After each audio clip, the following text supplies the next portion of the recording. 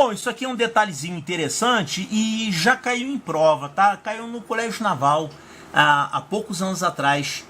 Ele colocava lá uma figurinha com retângulos e pediu para você dizer qual é o produto notável que está representado nessa figura. No capítulo passado eu mostrei essa questão. Então olha só o que acontece aqui. Nós temos aqui dois retângulos. Esses retângulos têm a mesma altura, A. Tá vendo aqui a altura A e a altura A. E essa base aqui do retângulo, ela tem uma medida M e aqui tem uma medida N. Bom, a área desse retângulo é A vezes M. E a área desse outro retângulo é A vezes N. Né? Base vezes altura. E é claro que a soma dessas duas áreas aqui é igual a essa área total. É a área de um outro retângulo maior que tem a mesma altura A, certo? E a base vale a soma dessas bases aqui, M mais N. Ou seja, eu juntei esse retângulo com esse e fiquei com um retângulo maior. Então isso aqui é a mesma coisa que A vezes M mais N. Então, isso quer dizer que a área desse retângulo mais a área desse retângulo é igual à área desse outro retângulo maior aqui, que vale essa base, que é M mais N, vezes essa altura, que é A. Então, isso aqui, justamente, o que você fez aqui, algebricamente falando, sem olhar a figura, o que você fez aqui, na verdade, é uma fatoração por evidência. Você tinha essas duas expressões somadas, AM mais AN, então você pode colocar o A em evidência, porque você tem um fator comum A aqui nesse termo e aqui nesse termo. Então você pode escrever isso aqui como A vezes M mais N, que isso significa, geometricamente falando, significa o mesmo que você juntar esses dois retângulos para ficar com esse retângulo grande, tá? Então a gente chama isso aqui de interpretação geométrica da fórmula de fatoração por evidência.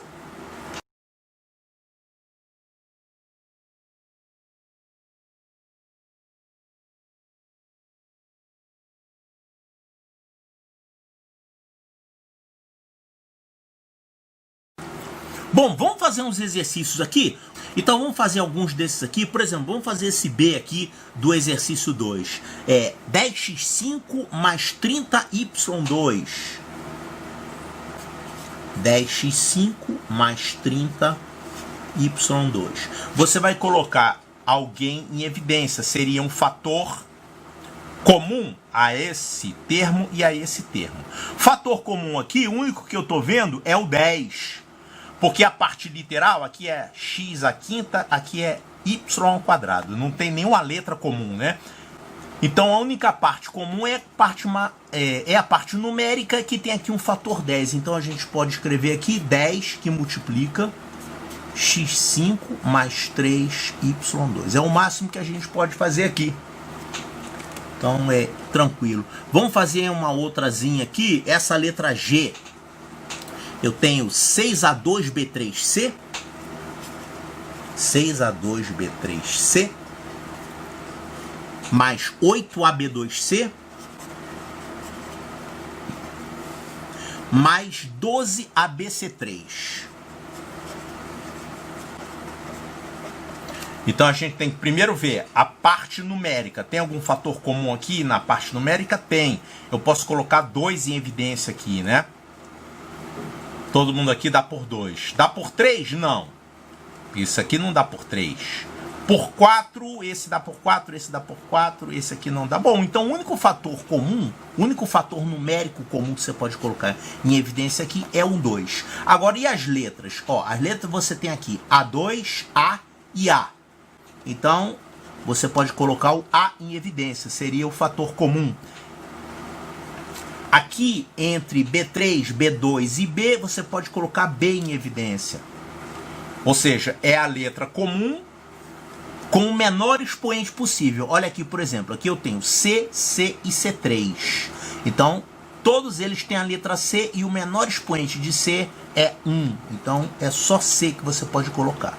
E aí, quem é que vai ficar dentro dos parênteses? Bom, agora você vai colocar aqui dentro dos parênteses cada termo desse dividido por esse número aqui, que está em evidência. Então isso aqui vai ficar o quê? 6A2, B3C, você vai ficar com 3A, B2. E o C acabou, né? Aqui você tem 8, então vai ficar 4. Tirando o ABC daqui, vai sobrar apenas o B. Só o B, né? Que o expoente do A é 1, do C também.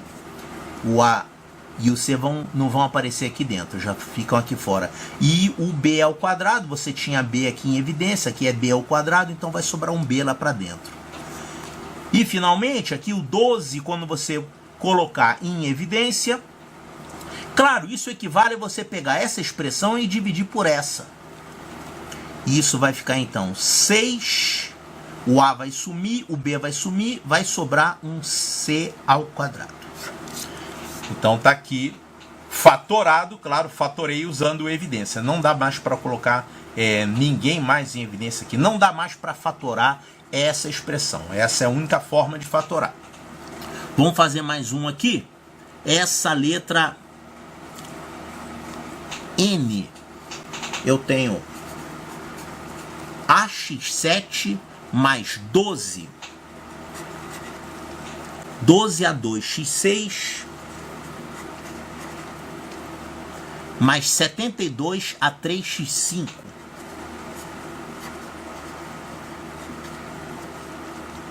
Bom, quem você pode colocar em evidência aqui? Número nenhum, né? Porque aqui o coeficiente desse termo é 1. Então não vai ter número para colocar em evidência. Mas você pode colocar o A, que todo mundo tem A elevado a 1. O X, aqui está elevado a sétima, está elevado a 6, está elevado a 5. Então você pode colocar X5 em evidência. E os termos daqui de dentro? Os termos daqui de dentro vão ser esses termos divididos por AX5. Então isso aqui vai ficar X2. Aqui vai ficar 12 AX e 72 A ao quadrado. O X5 já está X5, então não vai sobrar X nenhum para cá. Vai ficar só isso aqui mesmo. Bom, esse exercício aqui eu não vou fazer não. A ideia básica é essa. É encontrar um termo comum, colocar aqui fora dos parênteses e lá dentro dos parênteses você vai colocar todas as expressões originais, todos os termos originais divididos pelo termo que você colocou fora dos parênteses. Então, esse primeiro caso de fatoração que a gente viu, que é a fatoração por evidência, é a mais fácil de todas, né? Você encontra um termo que está incluído em cada um dos termos que está sendo somados aqui. Agora esse aqui é o segundo caso de fatoração, digamos, o segundo mais fácil. É a fatoração por agrupamento. Na fatoração por agrupamento, você aplica a evidência duas vezes. Por exemplo, aqui, você não pode colocar ninguém em evidência, né? Porque você não tem aqui um fator comum entre esses termos todos. Mas você encontra aqui entre esses dois um fator comum que seria A. Então, posso, olhando para esses dois primeiros termos aqui, eu posso fazer isso aqui. Eu posso escrever como A que multiplica B mais 3. Fica fácil de ver, né? E aqui, olhando para esses dois termos, a gente pode colocar em evidência aqui o 2, né? Dá para colocar 2 em evidência aqui. Então, esses dois termos aqui a gente pode fatorar usando evidência. Vai ficar 2 que multiplica B mais 3.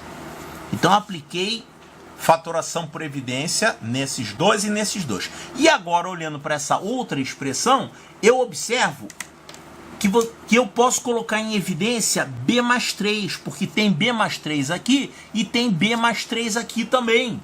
Então, eu posso escrever isso aqui como B mais 3, que multiplica, vai ficar quem? A mais 2. Então, isso é agrupamento, tá? Você aplica evidência, numa parte da expressão, na outra parte da expressão, e depois você aplica novamente evidência e você vai ter a fatoração final, que a gente fala que foi feita por agrupamento. Olha essa aqui, por exemplo. Essa aqui tem 6 termos. Será que vai acontecer a mesma sorte? Por exemplo, se eu olhar para esses 2 primeiros termos aqui, eu poderia escrever como x que multiplica a mais b. Aqui dá para escrever 2y que multiplica a mais b. E aqui, se eu colocar 3z em evidência, olha que sorte, vai ficar 3z que multiplica a mais b. Olha só, então isso vai ficar assim. Esses 2 termos, eu posso fazer aqui fatoração por evidência, posso escrever como x que multiplica a mais b. Aqui, olhando esses outros 2 termos, eu posso colocar 2y, vai ficar 2y que multiplica a mais b. E aqui, olhando para esses outros 2 termos, eu posso escrever como 3z, porque os dois têm fator 3z aqui, né? Vai ficar 3z que multiplica a mais b. E agora, todo mundo ficou com a mais b, né? Aqui tem a mais b, aqui tem a mais b e aqui tem a mais b. Então agora eu posso colocar a mais b em evidência. Então isso aqui vai ficar a mais b que multiplica x mais 2y mais 3z. X mais 2y mais 3z. Certo? Então essa é a chamada fatoração por agrupamento.